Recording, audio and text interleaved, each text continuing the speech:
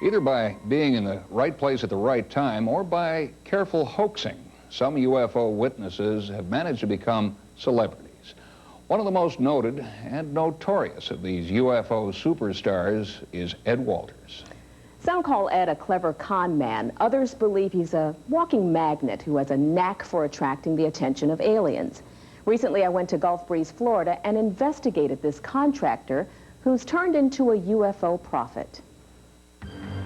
Ed Walters is personally responsible for the most remarkable photographs and videotapes of UFOs ever filmed. For example, this dramatic footage shot in November of 1993. At that moment, I dove to the ground to try to make myself a little bit smaller target. Filmed it for about a minute and something. Even skeptical special effects experts are baffled. I don't think that this shows conclusive proof that there is some unidentified alien craft hanging on the horizon, but by the same token, analyzing this footage, I can't disprove that. For the person who says this is all an elaborate hoax, I just have to shake my head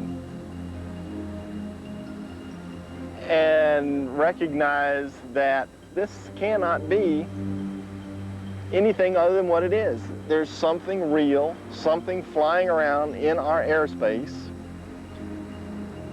and we don't know what it is, but we're trying to figure it out. Why it is so important to some people not to allow for the possibility, I don't know. It was here, just last April, in these blue waters of Gulf Breeze, Florida, that Ed Walters saw and photographed some sort of strange craft hovering near the beach.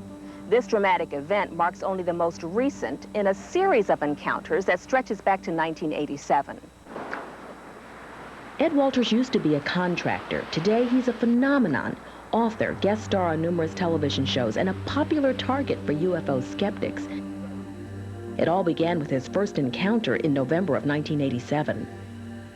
I was struck by this beam and momentarily had the sensation of being lifted, but then moments later was released and dropped.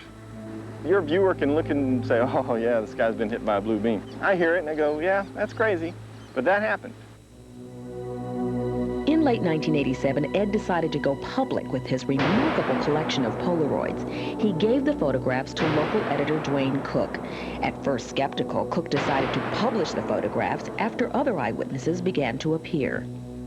Not only my parents, but several other respected people in Gulf Breeze had come forward and said they had seen it that same night and described it and said it was the same thing he'd gotten pictures of.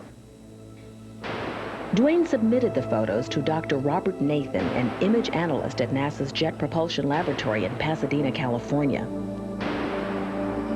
There's nothing that I can prove which establishes that these pictures are artificial. The thing that makes me nervous about this is not so much the individual pictures, but that there are so many of them that whenever somebody needed a photograph, he would say, wait, come back out, and in a half an hour or so when he's by himself, he'd have a new set of pictures. In the summer of 1990, Ed's credibility was called into question. A teenager named Tommy Smith told the media that he had helped Walters fake the UFO photos. Ed claims that he was the victim of a clumsy prank. No debunker, anybody around the area, has taken any lie detector test except for me. And I've taken 4 of them with 3 independent examiners. Passed all 4 of them. Nevertheless, Dr. Nathan of the Jet Propulsion Lab still finds Walters' story highly suspicious. We have, in Ed's case, not only multiple sightings, but cameras, videos. Nobody else has had this kind of, it doesn't fit the so-called UFO phenomenon. And he's way outside the statistical norm. Therefore, he's to be questioned. But if Ed is hoaxing his pictures, he's not alone. In November of 1993, Ed videotaped an unusual UFO. Unusual because another local resident had filmed a similar object. After flying across the screen, Ed's UFO seems to stop in midair, once again in slow motion.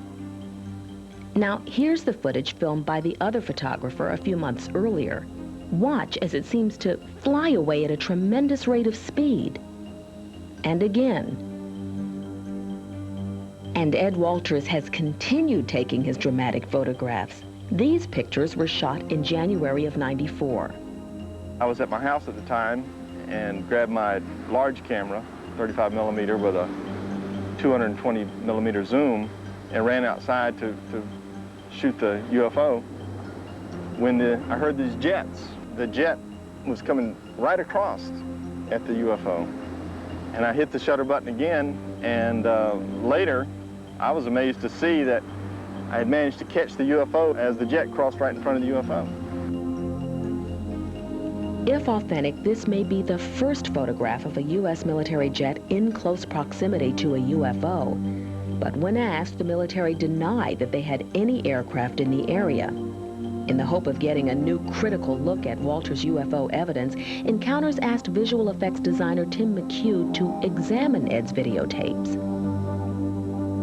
If we were to try to create a shot like this from scratch, what we'd have to do is go out and use a camera where all the panning and tilting information can be recorded, played back at a later date, and use that information to then shoot the UFO and composite into the scene. Again, this is a fairly sophisticated piece of equipment costing tens of thousands of dollars, not the kind of thing, that any amateur would have. Are these pictures too good to be true? Everyone, skeptic and true believer, feel that Ed Walters is the key.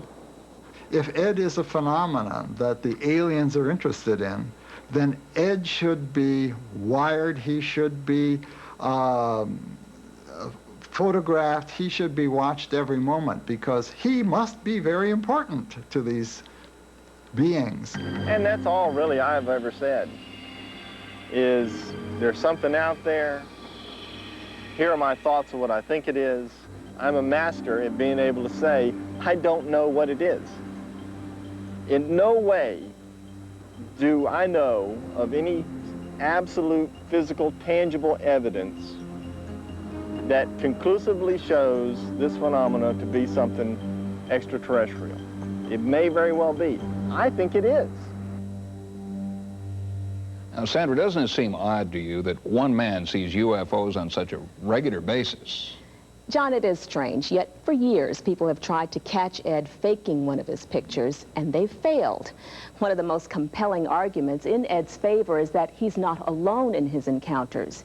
Many reliable witnesses have reported seeing and photographing the same objects. And Encounters will continue in a moment.